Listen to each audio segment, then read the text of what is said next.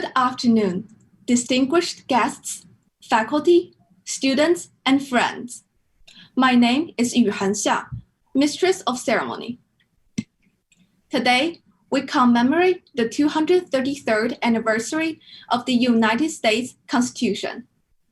In doing so, it is an honor to welcome Professor Ilya Somin from the Antonin Scalia Law School at George Mason University, and Mr. Charles Stimson, Senior Legal Fellow at the Heritage Foundation, as our guest speakers to discuss presidential power and immigration. The Constitution Discussion Roundtable members appreciate your taking the time to share your thoughts and to answer questions from the panelists and our audience. Please allow me to introduce our panelists. Mr. Ricky Gilmore-Vega, Mr. Alejandro Pascal, and Mr. Noah Stein. Now, please join me in welcoming our moderator, Mr. Jim Fitzgibbon.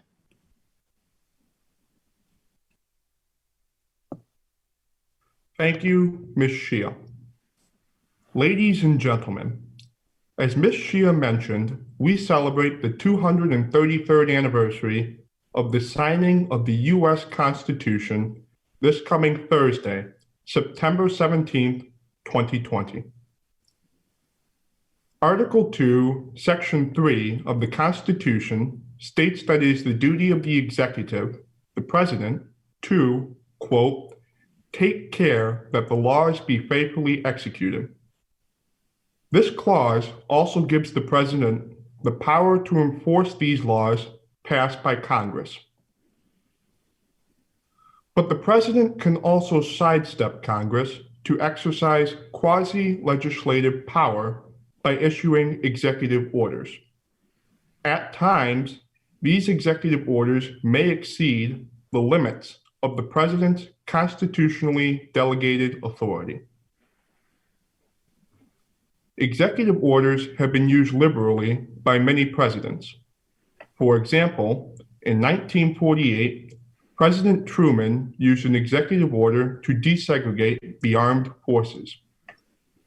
Perhaps the most famous executive order, however, is from the 19th century, President Lincoln's Emancipation Proclamation, which declared all slaves in Confederate states to be free.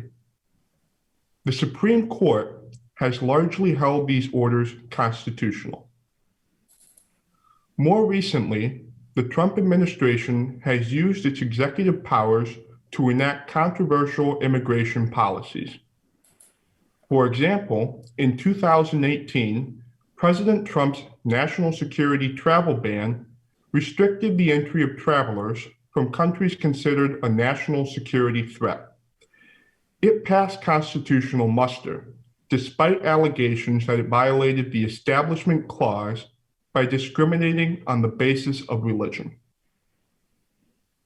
In 2018, after years of congressional inaction on immigration, the Trump administration issued an order to rescind the Deferred Action for Childhood Arrivals program, DACA, a program the Obama administration launched in 2012 to protect from deportation undocumented immigrants younger than 16, also known as Dreamers.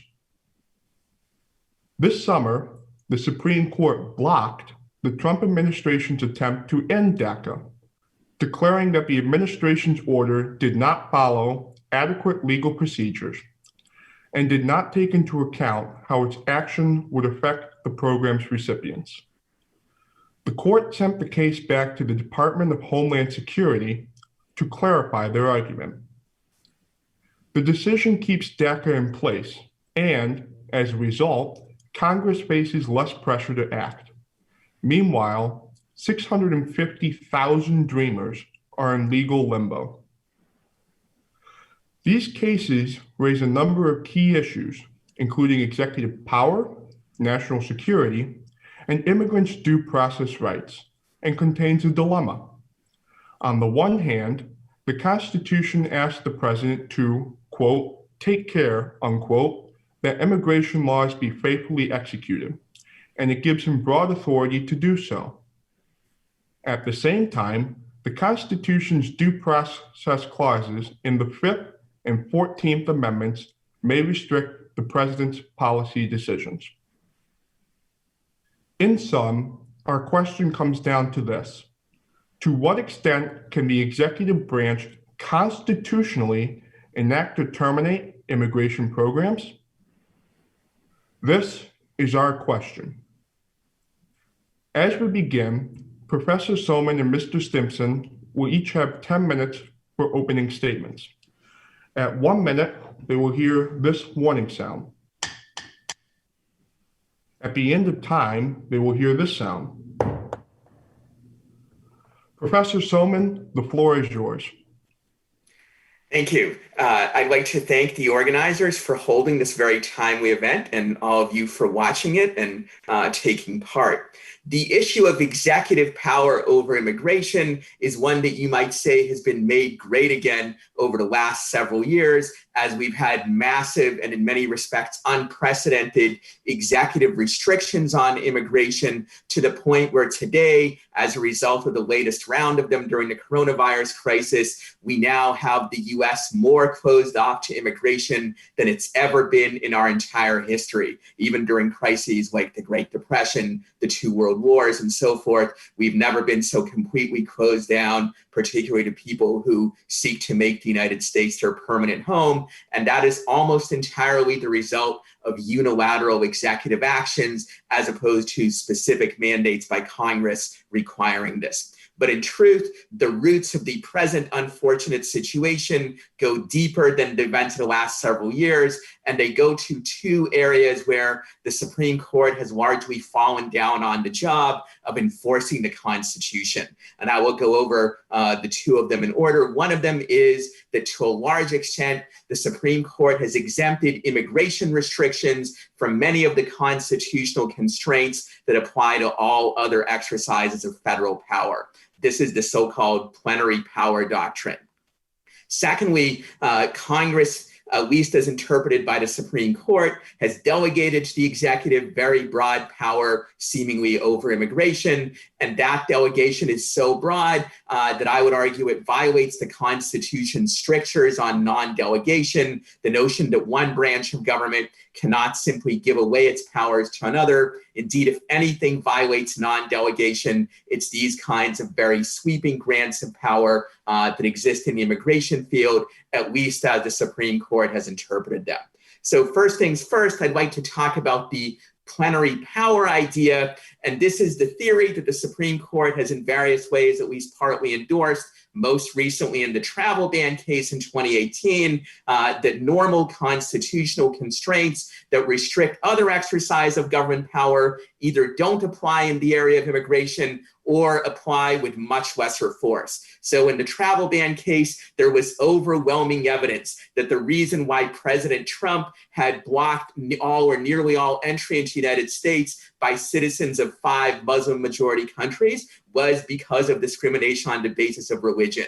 How do we know that? Because he told us so repeatedly, many, many times out of his own mouth. In almost any other field of public policy, if a high-ranking government official with the power to make decision had said similar things, he'd said that our seemingly neutral policy in reality is targeted at a particular religious group or racial or ethnic group, the policy would have been struck down. Indeed, in the Masterpiece Cake Shop case, decided just a couple weeks before the travel ban case, the Supreme Court did exactly that in a case where the evidence of discriminatory motive was actually much weaker than in the travel ban case. But in the travel ban case, they said this is immigration, so we give the president enormous deference, and therefore, to a large extent, he can do what he wants, despite the overwhelming evidence against his policy showing that it was unconstitutional.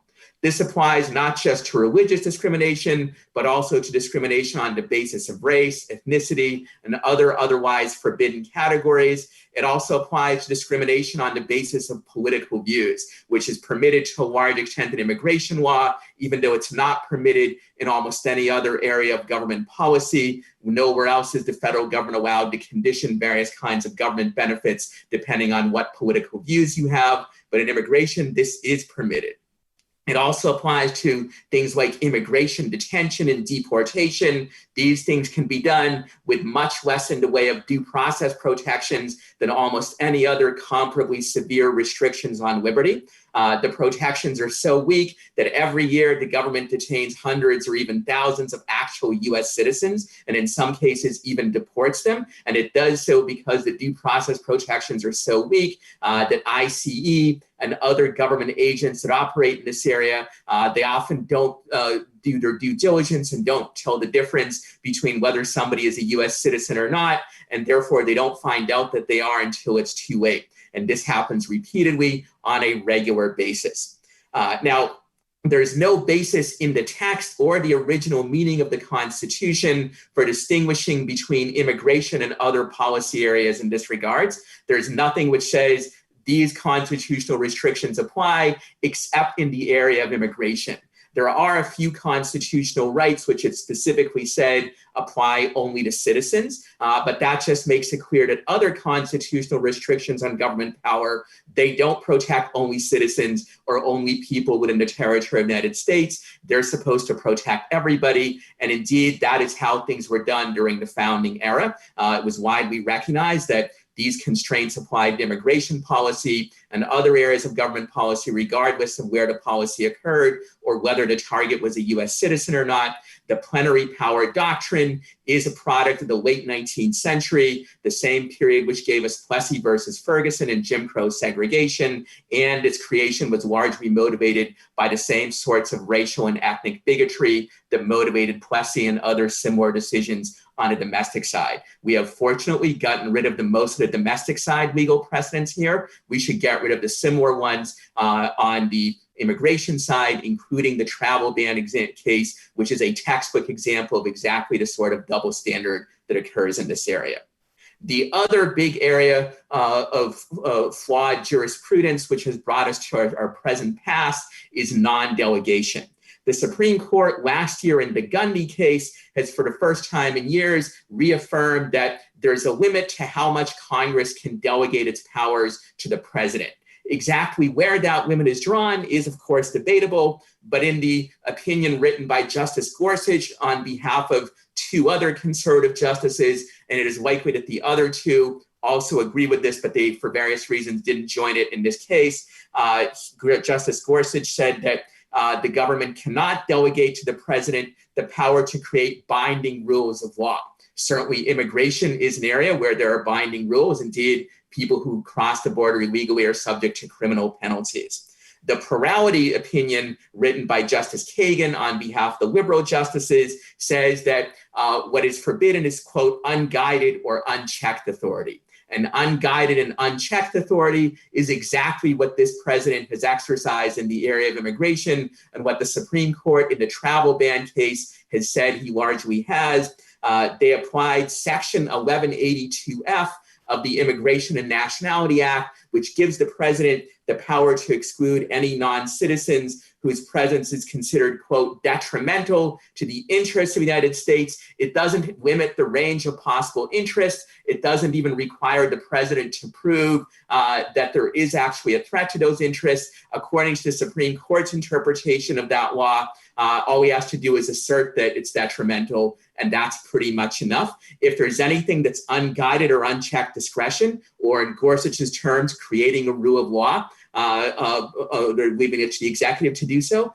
This is an example of that, and this is the basis not only of that travel ban, but also of the more extensive, more recent travel ban encompassing several more primarily Muslim-majority countries that the president adopted last year, and most recently of the sweeping coronavirus restrictions that have been adopted supposedly to combat the coronavirus, although in actuality there's very little proof that they will do so. But on this basis, he has shut down virtually all immigration into the United States by those seeking permanent residency, as well as numerous categories of work visas and the like.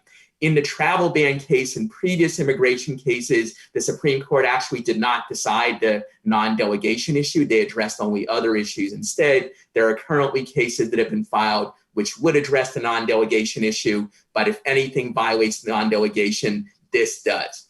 So the last point that I would make is this. It's paradoxical that immigration is an area where the Supreme Court, up to now at least, has to a large extent given special status to presidential power, even though in reality, this area of federal power rests on shakier foundations than most others. In the Constitution, nowhere is a power to restrict immigration even specifically listed.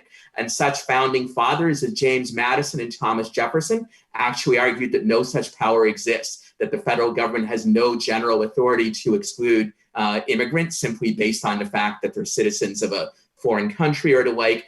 I actually think as a matter of text and original meaning, that's correct. But even if it's not, or even if it's too late in the day to change that precedent, we certainly should at least treat this exercise of government power the same way as we treat all others. Constitutional limitations on government power should apply, non-delegation doctrine should apply, due process should apply, and so forth. This would still enable Congress to make a wide range of immigration restrictions if it wanted to, but it couldn't discriminate on the basis of constitutionally prohibited categories such as race, sex, religion, political views, and so forth. It couldn't delegate vast power to the president to do almost anything he wants either. If we applied those standards, we would not solve all of the issues and injustices that exist in current immigration policy, but it would certainly be a way better situation than we currently have, and one that's more in accordance with what the Constitution actually requires. Thank you, and I look forward to the discussion. Thank you, Professor Somin. Mr. Stimson, you may begin. Thank you very much. Thank you to Case Western Reserve University and this distinguished panel. I'm always pleased to join Ilya Somin, who is a distinguished professor at my alma mater where I used to teach, but not immigration law or constitutional law. There are several things that I want to pick up on that Ilya talked about that I agree with. So I'm not going to repeat many of it. There are some things that I take a different issue with. But let me start with a simpler proposition, and that is that it is very difficult when you have a controversial and divisive president like this president or the previous president who took unilateral executive action to enact his policy preference when Congress wouldn't pass the policies that he wanted, to divorce yourself from what you wish immigration policy would be or you think is fair versus what Congress has written into law, and then the president has wiggle room or discretion within the plenary power of the president under Article 2 to faithfully execute that law. And let me start where Ilya ended, and that is on the non-delegation doctrine. And just so you understand what we're talking about in the non-delegation doctrine, we're talking about when Congress writes a law, they are supposed to say what the law means and then provide a certain level of specificity so that the regulators in the executive branch who write the regulations can, with some degree of certainty, enact the rules and regulations, put it up in notice and comment, and then have the rule go into place and not have a lot of light between what Congress passes the law and the regulation as it's written. In that particular case, Congress wrote the Sex Offender Notification Act. They punted to the Attorney General to write the rules, and the SMART office, the Sentencing, Monitoring, Apprehending, Registering, and Tracking Office, which is stood up on the Adam Walsh Act, implemented the rules, and the case finally made its way up to the Supreme Court. And as Ilya noted, they upheld it as a proper delegation of power. I think a lot of people were hoping that the Supreme Court would dig their teeth into it and really provide more clarity and narrow down the non-delegation doctrine. But the fact is, it still is the law. That case is the law. And whether you like the outcome or not, the travel ban case is the law. And so when Ilya talks about he thinks it's wrongly decided or he thinks that it was improper, that's his policy preference, and he's entitled to it, as I'm entitled to mine, and so are the panelists and the people watching this. And so it's really important as we talk about this to divorce yourself from what your policy preference is and what you think is fair compared to what Congress said the law is. So let's back up from the Trump administration, one presidency. You heard Ilya talk about DACA. There's also DACA, and you heard Mr. Fitzgibbons open with DACA. The court in the DACA decision this term, last term, didn't strike it down. What they did is they said that it violated the Administrative Procedures Act. They didn't go through the proper notice and comment to rescind the rule when, to a lot of APA and admin law people found ironic because the Obama administration, when they enacted the rule, didn't go through notice and comment rulemaking and put it out there before they put the policy in place.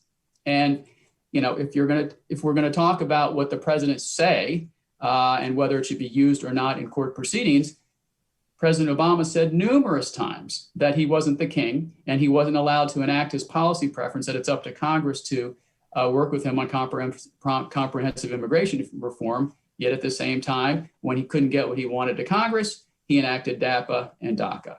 And so whether you agree or disagree with it, whether you have sympathy, like everyone does, for the hundreds of thousands of people who were covered under that executive order, the real question is whether the president had the authority in the first place to stretch the limits of the law and allow for this. And I think Ilya and I are probably both in agreement here that he stretched way beyond what he had the authority to do. And in fact, he said he didn't have the authority to do it. There are a few things I think that we should go back a little bit, because Ilya talked about whether the president has the authority under the statutes that Congress passed to pick who comes into the country. Remember that the first laws respecting immigration, which comes from Article 1, Section 8, Clause 4 of the Constitution, was enacted in March 1790. It was called the Naturalization Act. Then in 1795 repealed that act and established refined criteria for citizenship, some of which still survives today. But over the years, as the migration changed and the criteria changed, there were, as Ilya alluded to, discriminatory policies and laws in place that excluded people for a variety of reasons. In 1965, though, the national origin quotas were repealed and replaced by the Immigration and Naturalization Act. And if you look at the acts since then, they define, in probably not enough clarity to make me or Ilya or others happy, the criteria by which you can pick people to come to this country. We are now in a place in 2020, and it's been this way for a while, where we have a family-based immigration system. And we admit lawfully 1.1 million or so immigrants into this country legally a year. Now let's set aside the COVID restrictions for a moment, up until the COVID hit this country and the world. And that hasn't changed under the Trump administration. But we have a system, unlike some other progressive countries, where immigrants choose future citizens of the country via family connections, versus other countries which picked their citizens based on the merit that they bring to their countries. And I have a long paper on this, which I can provide to your panelists later on to share with the audience. But one idea I think that has merit, that we talked about at Heritage and wrote about for a while, well before this administration picked up on it, was switching from a family-based immigration system to a merit-based immigration system. There's another issue, and this goes to the executive power as well, and executive authority over immigration. The immigration courts within this country are up under the Department of Justice. They're not Article 3 judges.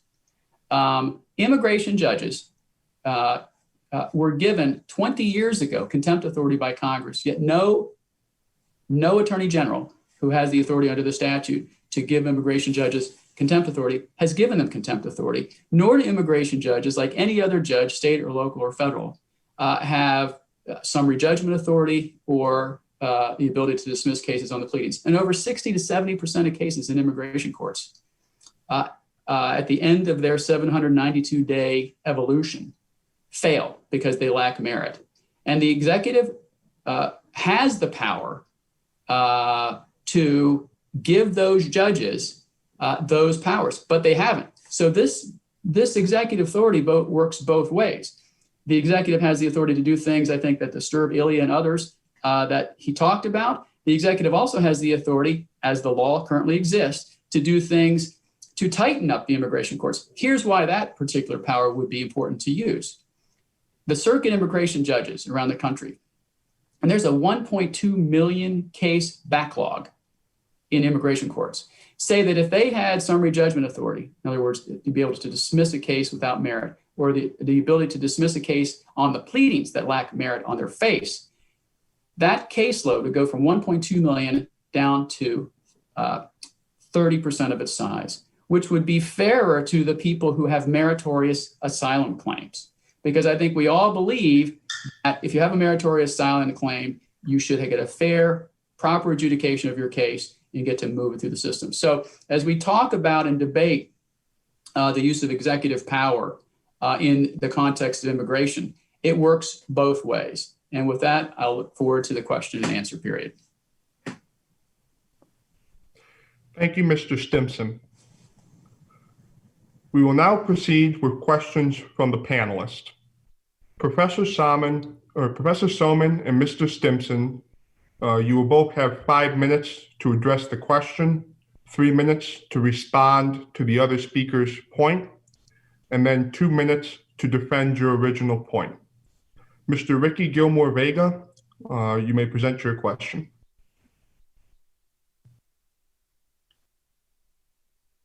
Professor Somin, please explain why many believe that the future of DACA should be addressed by Congress and not by the executive branch.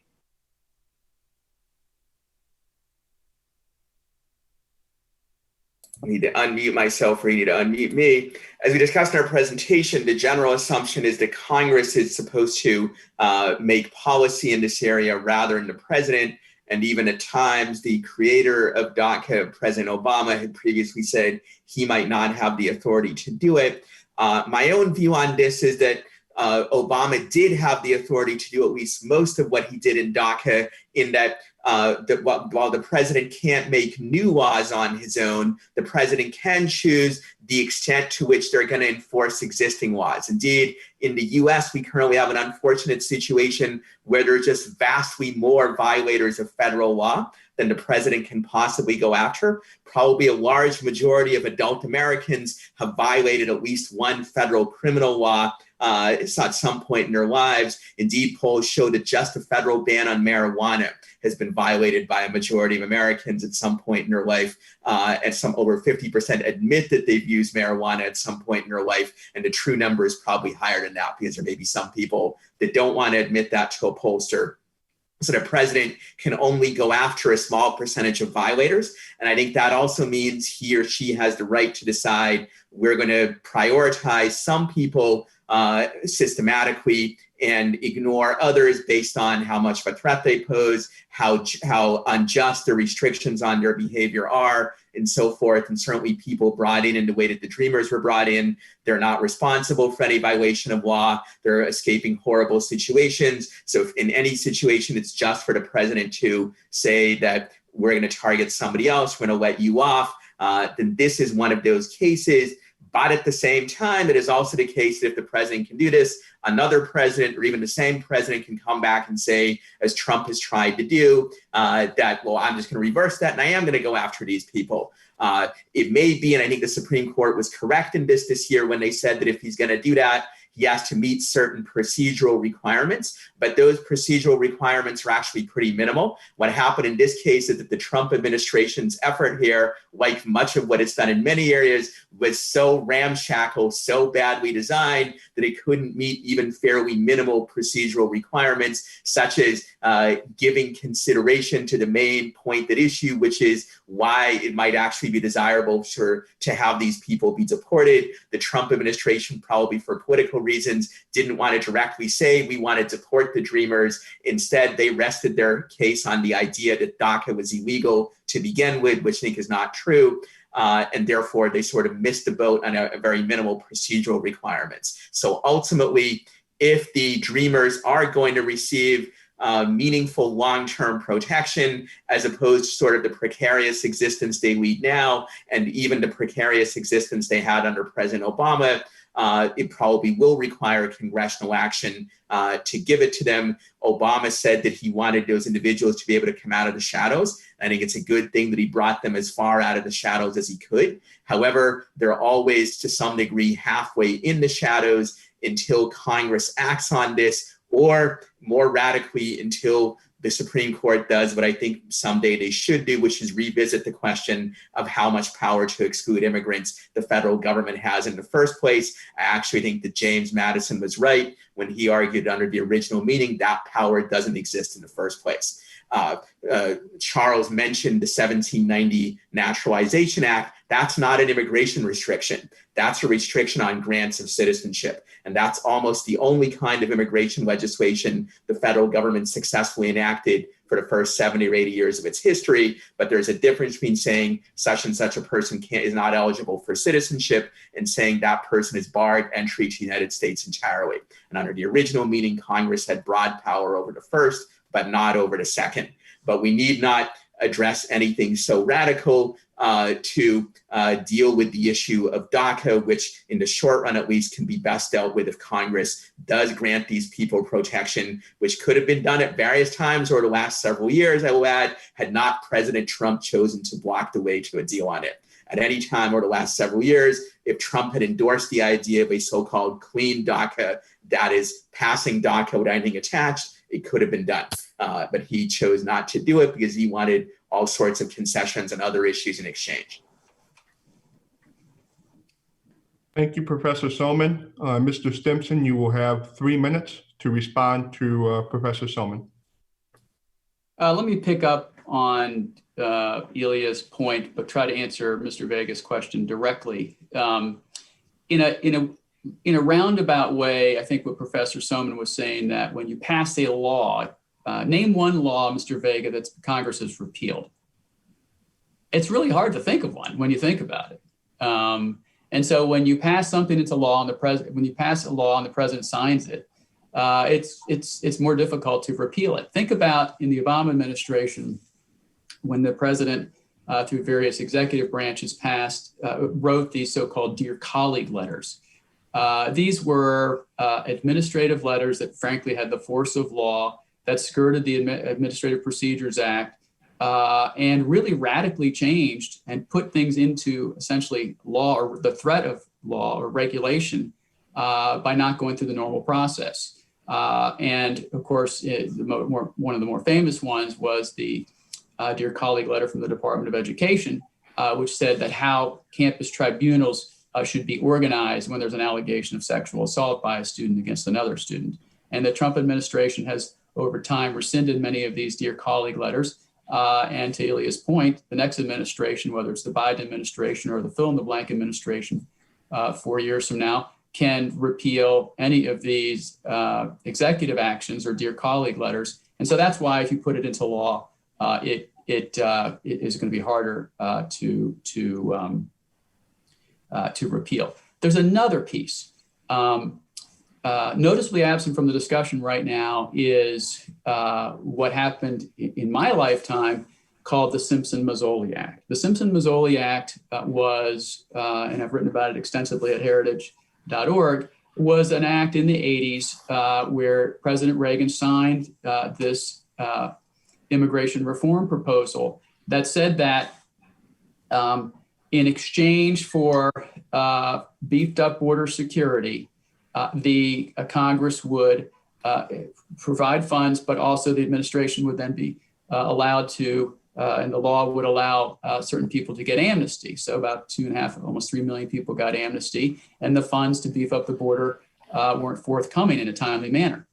So more and more people saw that as a way, saw that as an incentive for more people without documentation to come to the country. And in fact, the number of people who came illegally to the country exploded as a result of Simpson-Mazzoli. So for those on the right, and for those who care about law and order and support legal immigration, but don't support illegal immigration, they look back to the Simpson-Mazzoli Act. And part of the debate when President Trump was given the opportunity to craft this deal were people on the right saying, look, you're going to get another Simpson-Mazzoli. And so that's in the background. Thank you, Mr. Stimson. Professor Somin, you will have 2 minutes to rebut Mr. Stimson's most recent statement. I agree with some of what he said, certainly about dear colleague letters in Title IX, that's different from DACA in its actually that is creating restrictions on people's behavior in a backdoor way, as opposed to merely forbearing on enforcement. I think Obama acted at best inappropriately in that area and possibly illegally. On the issue of Simpson-Mazzoli, we do actually have massive border enforcement. We deport thousands of people every year. As I mentioned before, we even detain them and deport them without due process, such that many US citizens and permanent residents get deported because ICE's standards are so defective in this regard. When we have the type of severe immigration restrictions that we have, we necessarily create a vast black market. So even with aggressive enforcement, that black market will exist, just as the war on drugs has not been able to even come close to suppressing all illegal drug possession. And indeed, it has enabled criminal elements to take over the distribution of drugs and made things worse. So similarly, our system of draconian immigration restrictions has created a black market in this area and has also created opportunities for criminal elements. And the way forward in both areas is to legalize the market in question, to enable people to cross borders freely, just as the way to deal with the war on drugs, as many states are beginning to recognize in the area of marijuana, is to legalize the drugs in question. In fact, immigrants do much less harm than drugs and create vast benefits. So the case here is actually even more compelling than it is with respect to dealing with the war on drugs. There's no amount of draconian enforcement which will prevent the formation of a substantial undocumented population unless and until we make it relatively easy for people to come and live and work legally and voluntarily. The last point I would make is on this distinction between legal and illegal immigration. Many of the travel bans and other restrictions I mentioned, they are restrictions on legal immigration. They have made what was previously legal immigration illegal. So this argument that the current administration is only against illegal immigration, it was never true. Even in 2016 in the campaign, Trump repeatedly said he wanted to cut legal immigration as well, but it's even less true today. Thank you, Professor Somin. Mr. Pascal, would you care to ask your next question? Professor Somin, you have written that immigration law sometimes defies the Constitution, that when it comes to immigrants, the government has often gotten and continues to get away with oppression and discrimination. Why is this so? It's so for a lot of reasons. I mentioned several examples where it gets away with discrimination that would be unconstitutional in any other area. It's true in the travel ban case, discrimination on the basis of religion. It's true in the case of laws still on the books, which restrict entry by people based on their political views. It's true in the entire system of immigration, where we still have conditions based on what country you're from and the like, whereas discrimination on the basis of national origin is forbidden or at least severely restricted elsewhere. Stepping away from purely legal issues, however, I would add this point, which is a point about justice and morality. Our whole system of immigration restrictions, and not only ours, but that of most other countries, is primarily based on a system of one set of rights for people who have one particular set of parents who are born in one place versus people who have another set of parents who are born in another. If you're born within the US, you have the right to live and work within the US however you want, no matter your merit as an individual, even if you're a criminal or the like. On the other hand, if you're born south of the Rio Grande River or anywhere outside of the US, the high likelihood is that you will never have a chance to come to the US, no matter what your merit, no matter what's true of you. Only a small percentage of those people would ever be allowed to enter. So it's essentially a system where freedom is restricted based on your parentage or your place of birth or some combination of the two. In virtually every other area of public policy, we say this is unjust. We say it's unjust if, for instance, people who are born to Black parents are forbidden to live in certain areas where people born to white parents are allowed to live. We call that racial segregation. We say it's unjust if the children of the wealthy are allowed to travel to certain areas, but not the children of the poor, and so forth.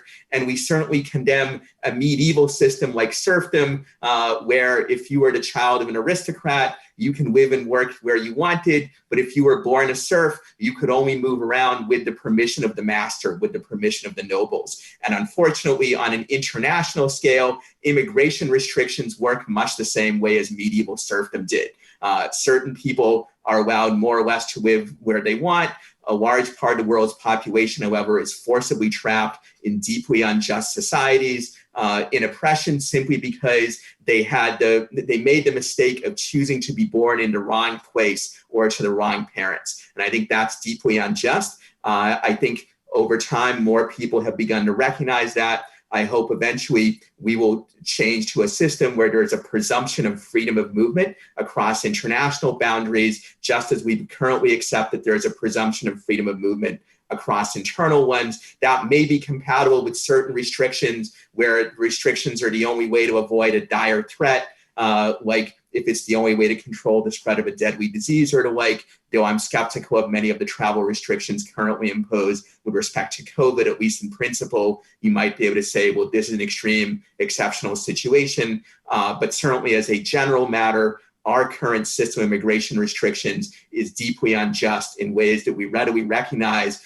when similar policies are enacted elsewhere. And indeed, where similar policies were enacted elsewhere, we look back on it as among the darkest chapters of our national history. And I think, I hope that over time, we will see that our immigration policy has many of those same characteristics, at least insofar as it discriminates against people based on where they're born. Charles mentioned the idea of merit-based immigration, but if you're born in the U.S. or even if you're born to American citizen parents abroad, you're not required to have any special merit to be within the U.S. And so it's still requiring people born in a certain place to have some kind of quote unquote merit that other people are not. Sorry, I may have missed the time signal. I apologize. That's okay. Due to complications with the audio time signal, we are going to move to visual time signals. 1 minute and then no time. Mr. Stimson, would you like to respond to Professor Somin's response? I would. I think he's wrong on almost everything he just said, with all due respect to my good friend. Look, foreigners don't have a right to be a citizen of the United States. His position is an open borders position. His position ignores sovereignty. We are a sovereign country, just like France is a sovereign country and England's a sovereign country, and the other countries around the world are sovereign countries. As a sovereign country, you have the right and, in fact, the duty to determine who can be citizens of your country. And so I don't care about fairness. We admit over 1.1 million people into this country per year. That's more than any other country in the world. So talk about fair. I think all these other countries are unfair for not admitting as many as we do. The other thing that Professor Somin very slyly does is he conflates freedom of movement, which he says there should be freedom of movement, with the right to citizenship or lawful status. There's a lot of freedom of movement between the countries. You can visit lots of countries. We bring in tens of millions of people into our country every year as students, as visitors, you name it. The real question is not whether freedom of movement is fair. I mean, who couldn't agree with that? Of course it's fair. The question is whether you should give away citizenship freely. Imagine what our country would be like under the regime that Professor Somin is envisioning, the libertarian nirvana, where there's no border, no sovereignty, no limitations on who gets a citizen. Just imagine how many billions of people would automatically become American citizens under that utopian nightmare. That is not what sovereignty is about. We are a sovereign country, just like any other country in the world. And look, there are privileges with being an American citizen or having lawful status. And Ilya's right. Yeah, the guy who's born down the street here in Virginia may or may not have skills. But the person we give the privilege of becoming an American citizen should have the skills to make America better to compete on the world stage. And that's where we vastly differ from each other. Thank you, Mr. Stimson. Professor Somin, you have 2 minutes to rebut. Sure. So the argument of sovereignty is often put forward, but of course, sovereignty can be and historically has been used to justify virtually any unjust policy that every government has ever put forward. So it is historically thought that the government had the right to impose forced labor on people, that it had the right to suppress religion and freedom of speech that it didn't approve of. Indeed, many such powers were even embodied in various treaties and international law of former eras. The question to ask about any claim of sovereignty is not, is this currently understood as a power the government is supposed to have, but rather, is this a power that is justly wielded? And here, the government is saying, not just our government, but others, Charles is right about that. What they're saying is that because we're sovereigns, we have the right to exclude people simply because they were born in the wrong place and to the wrong parents. We have the right to use force to do that. And even if the people, as a result, are confined to conditions of poverty and oppression, that's tough. As Charles said, we don't care about fairness because we can do what we want. Every oppressive ruler throughout history has said the same thing with every other injustice that they sought to impose. Finally, on the issue of merit, I'm somewhat struck by the fact that Charles, working at Heritage, an organization in other contexts, is supposed to be in favor of free markets. But when it comes to immigration, the best judge of who is that has the right skills to enter the U.S. or contribute to the U.S. economy, suddenly that's central planning by the government. Socialism that is the right way to judge that. I'd say the right way to judge that is for the free market to make those decisions. I would add lastly that the issue of citizenship is different from the issue of migration and freedom of movement, that you can allow people to move around freely without them necessarily being citizens, but moving around freely, contrary to Charles, is not simply the right to enter, but then you have to leave in a few weeks as on a tourist visa. It's the right to live and work where you choose to engage in private, commercial, and social relationships with people. That should not depend on who your parents are or where you were born. Thank you, Professor Somin. Before we go to the next panelist question, I invite the audience to submit any questions they may have to Professor Somin or Mr. Stimson through the live chat or live stream website. If you minimize your video on the right, there's a chat function. After the next panelist question, we will begin taking questions from the audience. So if you have any question you would like to ask, please submit it through that chat function. Thank you. And now for our third panelist question, Mr. Stein, would you please present your question? Thank you. Mr. Stimson, you have claimed that DACA was illegal from the start because no president has the power to override existing immigration law. However, Article 2, Section 3 of the Constitution states that the president shall take care that the laws be faithfully executed. Since DACA is not new immigration policy, but rather how the existing immigration law will be enforced, is not DACA an example of the president doing his job? Well, thank you, Mr. Stein. And that actually gives me a chance to go back to something that Ilya had said earlier. As the only prosecutor on the panel, former prosecutor, let me tell you how this works.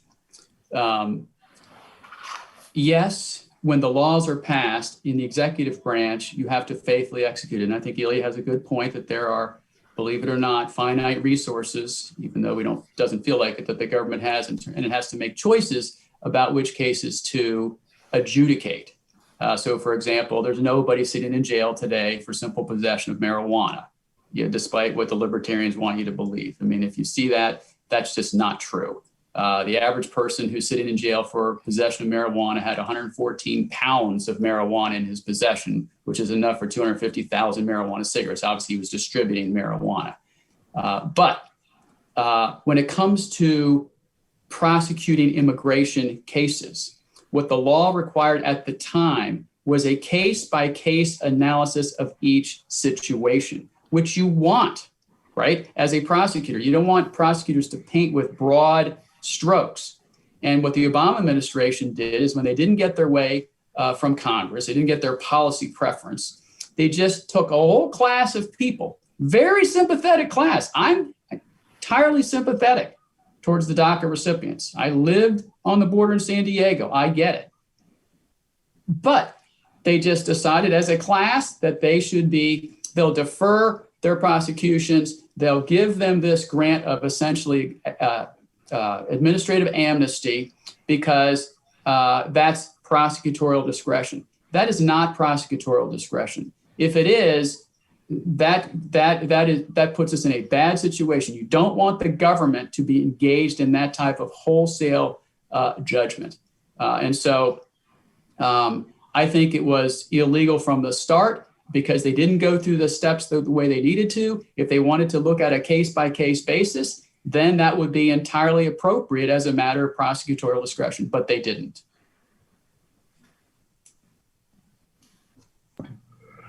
Thank you, Mr. Stimson. Professor Somin, would you like to respond? Yeah, so the point Charles makes about the distinction between case-by-case discretion versus more systematic discretion is at the heart of a lot of arguments about the legality of DACA.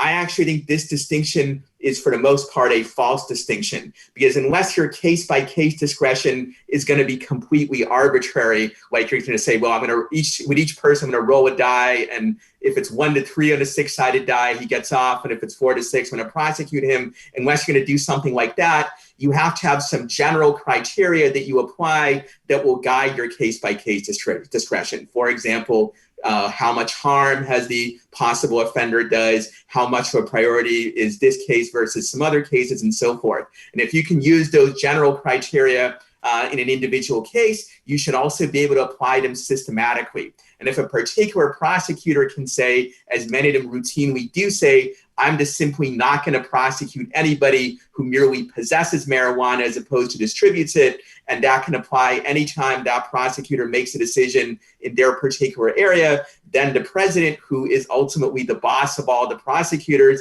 can make that similar determination globally for the nation as a whole. And as a practical matter, we to some extent actually have that in many areas of federal law, like including marijuana enforcement, where I agree it's very rare for the federal government to prosecute people solely for possession as opposed to distribution. And it's particularly rare, almost non-existent, for that to happen if it occurs on a college campus, something that might be of interest to many of you listening to this, that it virtually never happens. The only difference between DACA and that policy is simply with DACA, the president set down it on paper as a specific directive, whereas in the area of marijuana, everybody kind of knows that the feds are not going to prosecute college students on campus for possession alone. Even for distribution, often there might not be prosecution, but certainly as a practical matter, there's a categorical exemption for possession.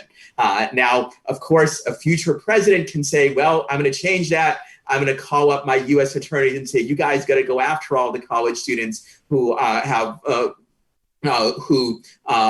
possess marijuana or some other kind of legal drug. And a future president can and has tried to do that with DACA. But I don't see any reason why a president cannot engage in systematic uses of discretion using the same sorts of criteria that would have to be used in so-called case-by-case discretion, and in fact actually are. I do think, and I've written about this, that it's a problematic state of affairs when so much depends on official discretion, that in effect, instead of the laws guiding the decisions, the administration, or in some cases its underlings, get to decide, we're going to go after these offenders, but not these ones. But the only way to solve that is to reduce the scope of federal law such that we no longer have this massive imbalance between the number of offenders and the resources and political will to go after them. So if we were to get rid of a lot of the war on drugs, a lot of the immigration restrictions and so on, there would be a lot less troubling discretion in this area.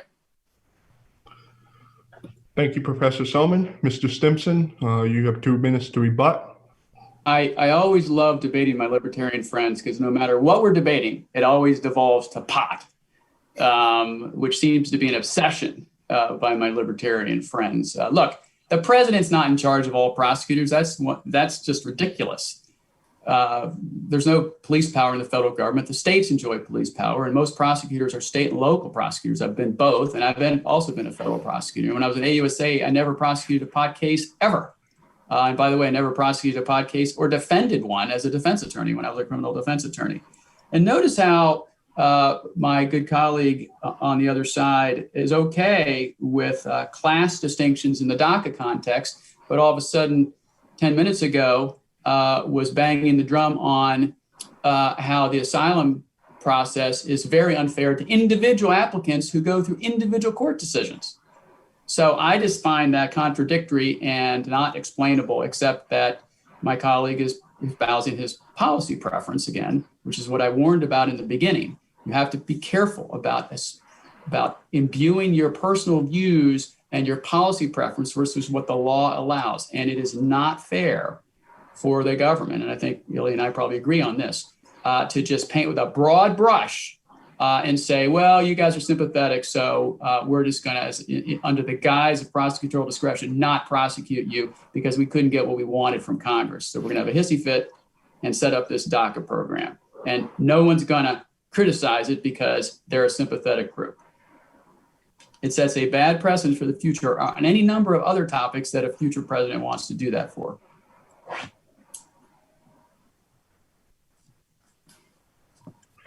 Thank you, Mr. Stimson. We are aware that there is an issue with the audience chat function saying that there are no messages allowed. We are going to do one more panelist question while that issue is being resolved. Mr. Gilmore Vega, would you like to present your next question? Professor Somin, the Department of Homeland Security versus the University of California rejected the Trump administration's attempt to end the DACA program. However, the Trump administration continues to block new DACA applications. If President Trump is reelected, how might his administration try to terminate DACA again?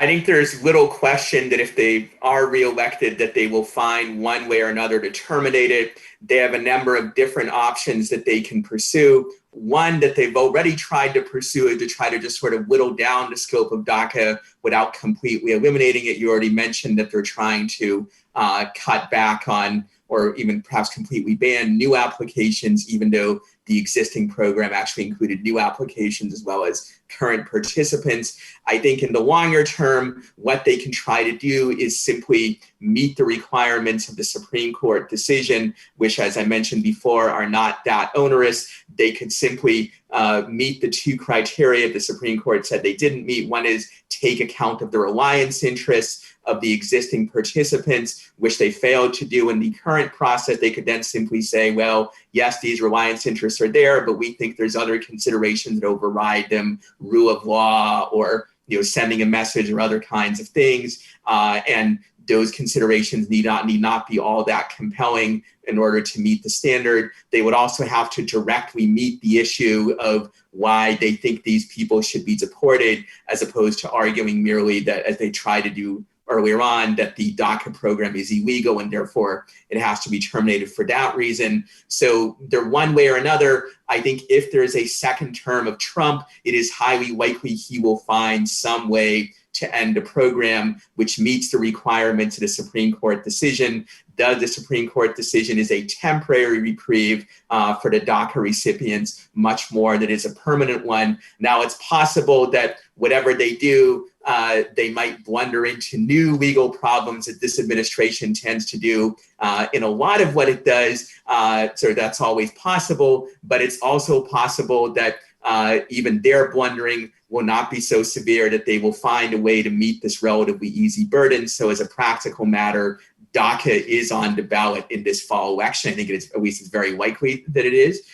If Trump wins, most likely the program will be gone. If Biden wins, most likely the program will be continued. And even there's actually a good chance in that event that Congress will finally pass some sort of DACA, because remember, what blocked the clean DACA bill over the last several years was that Trump stood against it, saying he would only let it get through if he got major concessions on other immigration issues. Biden is unlikely to ask for anything like that. We never know, maybe he will, but it's unlikely. And therefore, probably in that event, both the executive DACA program would continue, and eventually it might well be supplanted by congressional action in this area, which would be a good thing to have. That may be one of the few things that Charles and I agree on, that it would be desirable to have congressional action in this field. But otherwise, I think there's a good chance that one way or another, Trump will find a way to terminate the program.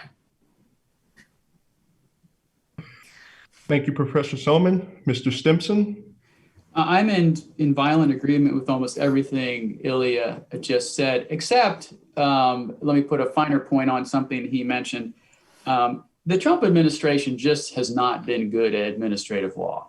They just haven't been. They have smart lawyers. I don't know why they've screwed this up over and over and over again, but their justification for terminating the DACA program was a clown show, honestly. And any solid constitutional administrative law lawyer or group of lawyers could have, in the very beginning, put together a justification.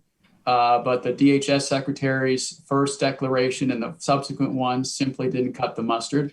And so I'm not sure I'm as optimistic as Ilya is that they'll be able to do it.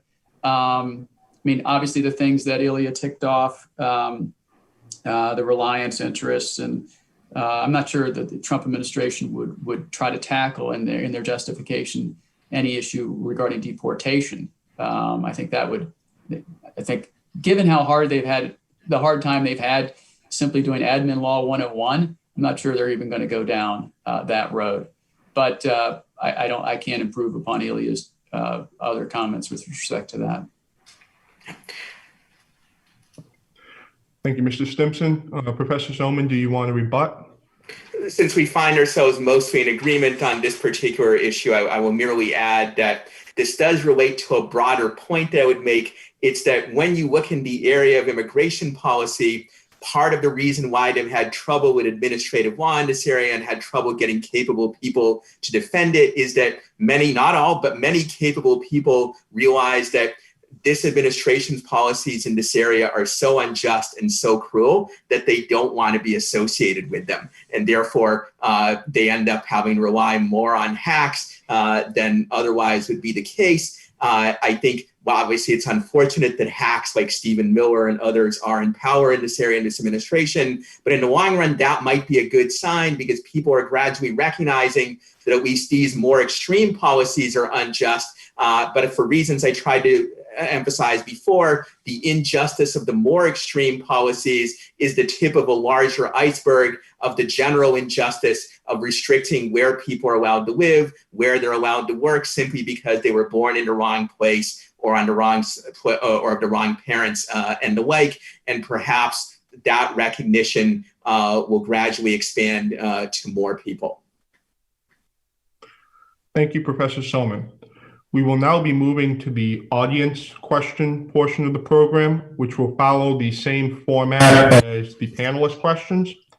If you have any questions, again, the chat function is working. Please submit them to the chat on the live stream website.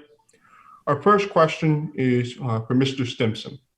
Mr. Stimson, even though DACA recipients are children and thus don't have the autonomy to decide to come to the United States, do you believe they should be penalized for a decision that was not truly their own fault? Well, it's a good question, and I think it goes to the heart of the policy preference over what the law requires, which is where I started.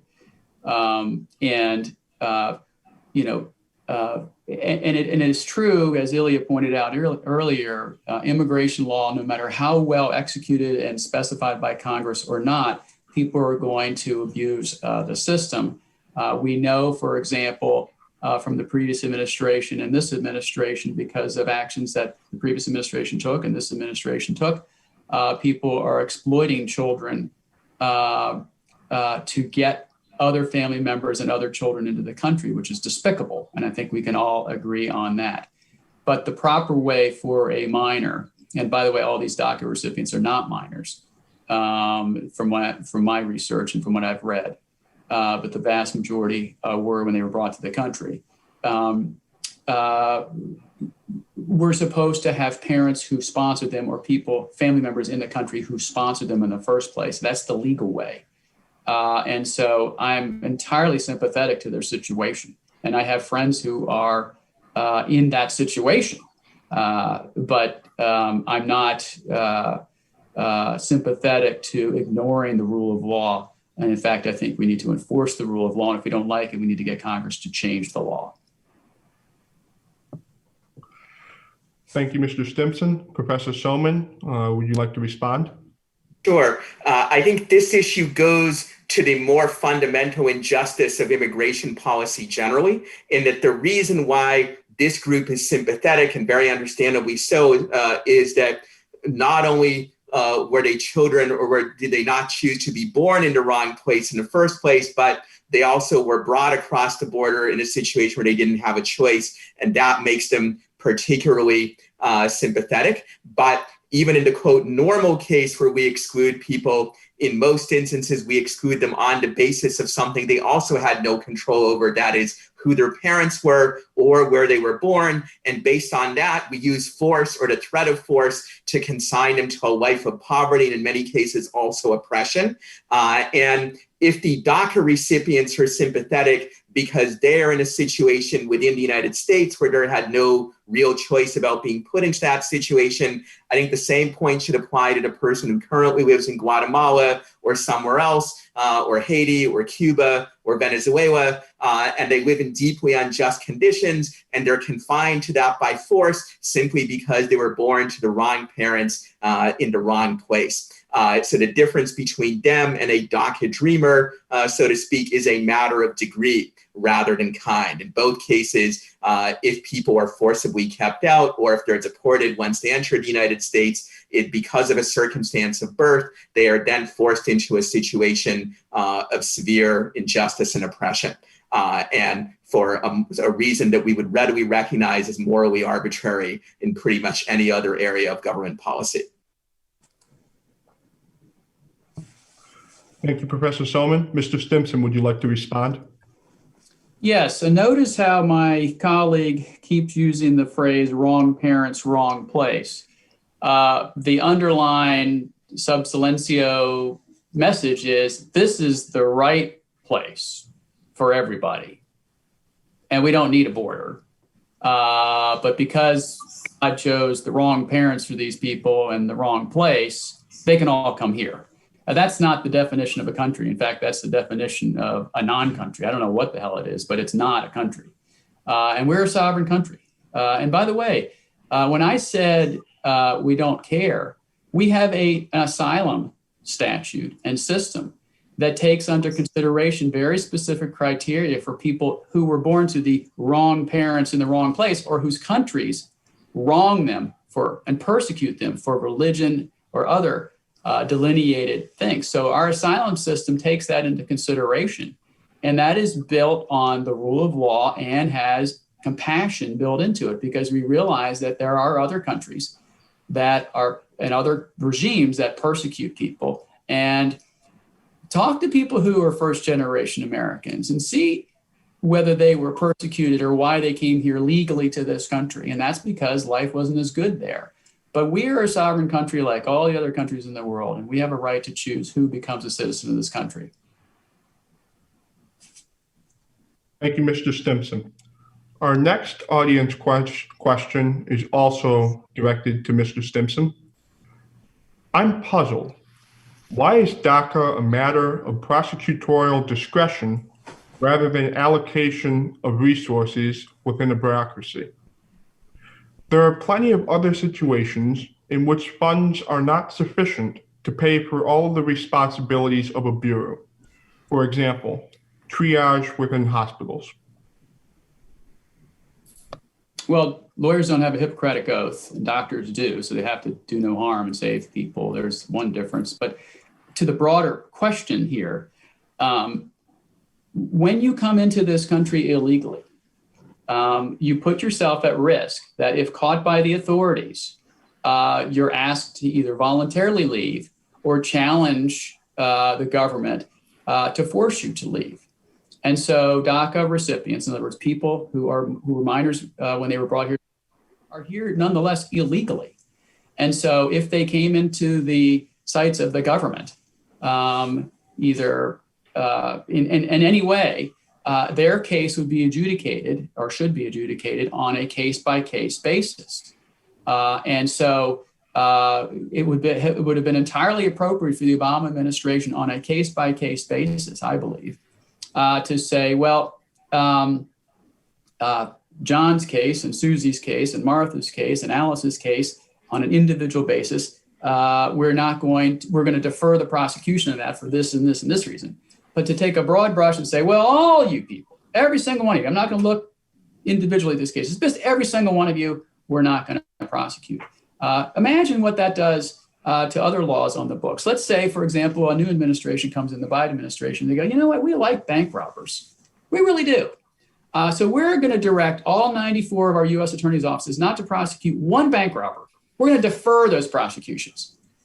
Or let's say Trump 2.0 comes in and he goes, you know what, those white collar criminals in Wall Street, I like all of them because I'm a New Yorker and I like those people. So I'm going to direct all my 94 U.S. attorneys not to prosecute any white collar criminals, none, because it's prosecutorial discretion. That's a very slippery slope we don't want to go down as a country. Thank you, Mr. Stimson. Professor Somin, would you like to respond? Yeah, so I'm not sure there is much of a distinction between prosecutorial discretion on the one hand and resource constraints on the other. Part of the reason why there is prosecutorial discretion is precisely because of resource constraints, which, as I mentioned earlier, enable the federal government to go after only a small fraction of all of the lawbreakers that are out there. And despite what Charles said earlier, I do understand the distinction between federal and state. But even if you just look at federal law, the federal government has nowhere near the resources to go after everybody who violates federal law. I mentioned the federal marijuana statute, which even just that one, over 50% of Americans have violated at some point in their lives. And as I mentioned earlier, the distinction between case-by-case determinations and more systematic ones begins to fall apart once you recognize that unless your case-by-case determination is going to be completely arbitrary and unguided, you have to apply some general principles to it. And if individual prosecutors can apply general rules and principles, then so can the president or the attorney general at the apex of that system. Now, he gives you sort of this parade of horribles. What if the president says, well, I'm not going to prosecute any bank robbers or any white-collar Wall Street criminals? You don't have to imagine these parade of horribles. You already have, as I said before, a situation where virtually never will a college student be prosecuted if they're caught for possession of marijuana on a college campus. There are many thousands of college students who do it every year, many thousands of criminals who they know there's no chance that they will ever be prosecuted. The difference between this policy and the bank robber policy is that with the bank robber policy, that would be extremely unpopular. And similarly with the excluding all Wall Street white collar criminals, that would be very unpopular. So the president would have strong political incentives not to do it. I do recognize it's disturbing if a situation arises where whether you're prosecuted will often depend on whether it's popular to go after you or whether the category of offender that you belong to is sympathetic or not. If you don't like that state of affairs, and I don't like it either, I hope you will join me in calling for a rollback of many of the federal criminal laws on the books so that we will limit them to only those laws which A, the federal government has some significant likelihood of being able to enforce systematically, and B, there's a broad enough social and political consensus that this really should be illegal and really should be a federal law as opposed to a state one, such that a president who chooses to let these people off will be highly unpopular. If there is a problem with too much presidential discretion or prosecutorial discretion, and I agree there is such a problem, that's the way to go about addressing it. And by the way, it's the constitutional route in that many of these expansions of federal law are ones that the federal government was never constitutionally authorized to enact in the first place. Thank you, Professor Somin. Mr. Stimson, would you like to rebut? No, I'm not going to rebut. I'm actually going to extend on something that Ilya said because I don't have time to rebut many things here. The one thing I think I've really applaud Ilya for, and I think that Heritage has joined with libertarians and the National Association of Criminal Defense Lawyers and the ACLU on is this problem of overcriminalization. I mean, there are so many federal criminal laws out there, or laws that aren't under Title 18, the Federal Criminal Code, that have criminal sanctions that you can't even count all of them. We're actually in the process of trying to count all of them. So in addition to Ilya's obvious remedy of trying to roll back on all these laws that have either a criminal sanction or criminal laws that we don't need, I would also add that we need to engage in mens rea reform. Mens rea reform is the state of mind reform. There are thousands of statutes out there that you could be violating right now, and you have no idea that you're violating. And we have worked across a broad coalition, I'm sure Ilya's been part of it as well, to try to get Congress to enact mens rea reform and put the state of mind required for a violation of a statute up front and center in a statute, so that we, the American people who pay their salaries, know or should know that you're in violation of a statute. And that would be very helpful and a welcome change. Thank you, Mr. Stimson. Unfortunately, we do not have any more time for audience questions, so our guests will now proceed with closing statements. Professor Somin and Mr. Stimson, you each will have 5 minutes for your closing statement. Mr. Stimson, you may begin with your closing remarks. Well, first, I want to thank you and the other co-hosts and the panelists for your excellent questions. I'm glad that your organization is doing what you're doing. It is an appropriate moment to celebrate our Constitution, because we live in a country that has a Constitution and a Bill of Rights that's supposed to limit the federal government with respect to various things as what they can do to we individuals. And so I applaud you for hosting this. I thank you for inviting me. It's always an honor to have a spirited discussion with a like-minded friend. So I'm very appreciative of that. I don't want you to leave this presentation thinking that I'm a Trump fan or a cheerleader for President Trump. I'm not. I'm not a fan of the abuse or excessive use of executive power for any president. I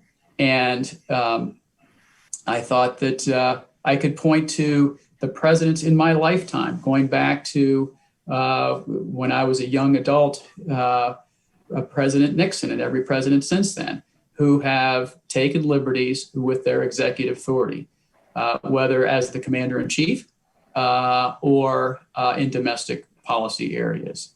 I blame the Congress and I blame the president.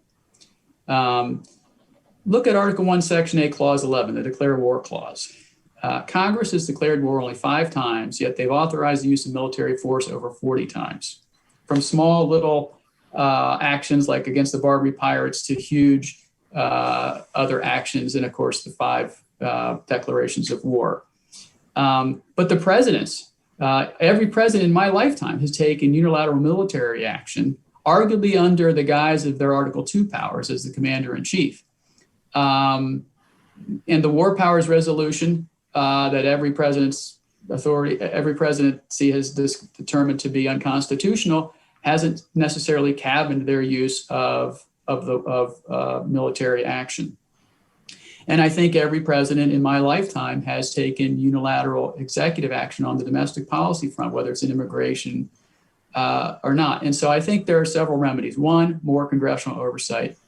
2, statutes that spell out with specificity what they're trying to accomplish, which is going to require them to work harder, because oftentimes they pass these capacious bills that don't really say that much so they can get it to pass and then leave it to the bureaucrats to put the meat on the bones. And so you would eliminate the Gundy problem to some extent, the non-delegation problem, if they didn't delegate, if they did the work themselves. And 3, I would say that presidents, it would be nice to get back to a point and I'm not sure we were ever at that point, where a president exercised small muscles within the confines of their Article 2 powers and didn't try to ever encroach upon the, Congress's powers. But Congress has been asleep at the switch. And so for Congress to start exercising their powers more, the president's powers will diminish somewhat. But until we get back in some form of equilibrium, we're going to continue to have these types of debates, which I applaud, and these types of problems, which I don't applaud. Thank you very much, and I look forward to Ilya's comments. Thank you, Professor Somin. You may begin with your closing statements. Sure. So I'd like to start by thanking the organizers and Case Western Reserve University for arranging this timely and valuable event, and Charles Stimson for his many thoughtful remarks, which I'm sure we would like to continue this discussion in the future. I'd also note a number of areas where I think we actually do agree. There's too much delegation to the president in various areas. Also the area of over-criminalization. I'm not sure if he would go as far as I would in cutting back on many federal laws, particularly the ones that imprison or deport the most people, immigration law and the drug laws, but I think we do agree that there's room for a lot of improvement in that area. I also agree on the issue of mens rea reform, and I would add that many immigration laws are among those that lack this sort of mens rea, the requirement that you actually are knowingly violating the law and intending to do so, and so forth. So that's another area where that might apply. I further agree, and I've written on this issue of the authorization of military force by Congress in a number of administrations, including, I would add, the Obama administration, which I think was actually worse than the current administration in this particular area. They have started what are essentially wars without congressional authorization. That's deeply wrong, and it could be an entire other forum that Case Western could potentially hold in the future. I would, however, like to remind the audience of the three big areas where I think we do have some disagreements. One is, while Charles is certainly right, there have been a lot of abuses of executive power in many different areas over many administrations. Immigration stands out because the Supreme Court has, to a large extent, exempted immigration policy from many of the constitutional constraints that apply in other areas. The travel ban case is an example, the lack of due process for deportation and for immigration detention, various kinds of discrimination on the basis of speech, nationality, and the like that exist here. Yes, I recognize that's embedded to some degree in current Supreme Court precedents. So was Jim Crow embedded in Supreme Court precedents for many years. So were many other Supreme Court decisions that we currently regard as wrong and unjust. So I believe we should work to the overturning of those decisions. And in the meantime, there is room for congressional action as well. Congress can apply these constitutional protections by statute, as indeed congressional Democrats seek to do, at least in part, with their No Ban Act, which they put forward over the last few months. That wouldn't go as far as I think would be desirable, but it would be a step in the right direction if it were to pass. The second area of non-delegation, as I mentioned right at the start, it's not always easy to tell how much delegation is too much, in that in almost any area, there's going to be some discretion that is left to the president. However, the way Section 1182F of the Immigration and Nationality Act is interpreted by the Supreme Court, it's a virtually boundless delegation to exclude virtually any alien of any kind. Charles mentioned that there's a system of immigration law that governs eligibility and the like, and asylum law and so forth. But the way Section 1182F is currently interpreted by the court, the president, if he feels like it, can overturn all of that and can categorically exclude almost anybody that Congress has otherwise said must be included. And this is not just theoretical. Over the last couple of years, particularly since the coronavirus crisis, the Trump administration has done exactly that. They have, in fact, excluded almost everybody who otherwise would be permitted to enter by using this discretion. The Supreme Court in the travel ban case did not specifically address the non-delegation argument. That argument is in play in at least one lawsuit that's currently before the courts, and hopefully the courts will either invalidate Section 1182F, or the Supreme Court would have to change its current interpretation of that law, which elsewhere I've argued can be done. Finally, there is the broader issue that I think we differ on that is not just legal, it's also moral. And that is the issue of whether it's just and permissible for countries to say, we're going to keep you out simply on the basis you were born in the wrong place, the wrong parents, and so forth. And I think that's unjust. It is true. Historically, it is regarded as an attribute of sovereignty, but many unjust powers were historically regarded as attributes of sovereignty. So that doesn't of itself prove that it's right. I would note that Charles and others, including the president, have said, well, if you don't do this, you're not a country. That must mean the United States was not a country during the first 100 years of its history, when it was generally believed along the lines that Madison and others set out that the federal government didn't have the power to create these kind of immigration exclusions, yet somehow the US still existed. And somehow European countries still existed when they didn't have much in the way of immigration restrictions during the same era, and so forth. So I'm confident we could continue to exist if we adopted a just immigration policy, which would no longer restrict people's freedom of movement based on who their parents were or where they were born, and would instead say, as we in fact did for the first 100 years of American history, that America is the land of opportunity, not for everybody, but for those who choose to come. Thank you very much, and I really appreciate the time that everyone has taken with this. Thank you, Professor Somin. I would now like to invite Ms. Shia to deliver her closing remarks. Ladies and gentlemen, the Constitution Discussion Roundtable members express our most sincere appreciation to Mr. Stimson and Professor Somin for joining us today. We give special thanks to the Office of the President and the Provost for their support. We would like to thank our many contributors: the School of Law, the Department of Political Science, the Center for Policy Studies, our student panelists, moderator, timers, and volunteers, and our wonderful advisors, Dr. Dahl, Professor Locker, Professor Tartikoff, and Dr. White. Thank you.